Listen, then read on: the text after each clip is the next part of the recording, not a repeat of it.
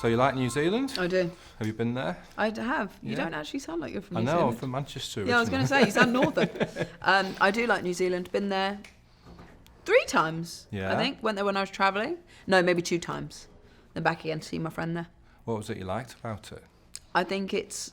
I just think it's a really beautiful place. Went to Hot Water Beach and you're like, oh my God, you dig down and then there's hot water. What is going on? There's just a lot of beauty to be found. Yeah. I'd love to talk about New Zealand the whole Or time. Manchester. Oh, Manchester, yeah. Especially as an Arsenal fan.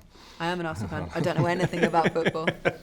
But there we go. How's life changed for you in the last 5 or 6 years? Well, it's changed because I was 21 and now I'm 27. Yeah. So that's a change. I have had a lot of opportunity professionally. The thing is, personally, I was always surrounded by great people. So I've just added to that. There's been some great additions to that. But, you know, life is good. I feel very lucky. You're kind of seen as a strong female role model. Does that sit easily on your shoulders? It's not that it sits anywhere, really, because in situations like this, talking about it as sort of an abstract concept, I think, well, yeah, if I had a daughter and watched a film like this, I'd think, too right, you should love Ray. But in my day-to-day life, I don't sit thinking, God, today it's tricky being a role model. Because it's not. I'm playing a character that means something to people. But me, personally, I just play the character. So there's a nice, disconnect there. Now, a couple of clips that have gone viral, as they say. You and rapping. Oh, yes. Do you know what? I always loved Eminem. Always did.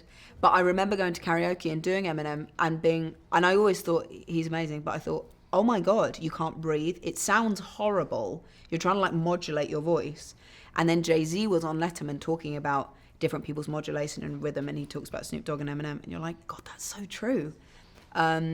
So yes, I never thought I'd do a rap like that on TV, but here we are. It was good. Thank you. It was good.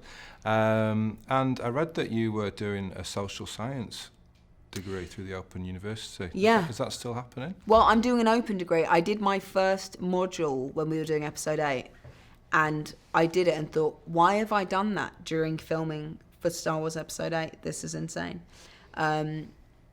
So I will hopefully go back to it. I think I have 16 years to complete it. So I've got another 14 to go. And I need 5 more modules. I think I can do it, yeah. I think you'll be okay. Yeah. What was it about social science that appealed? Well, I had done it. It's an open degree. So once I do the first 2 modules, you can choose whatever you want. But I went social sciences because I'd done humanities. And honestly, my first module was brain-achingly dull. It was not a fun module. So I wish I had gone humanities. So if I can, I will switch. And obviously this saga's coming to an end, your trilogy's coming to an end. How are you facing life without Star Wars?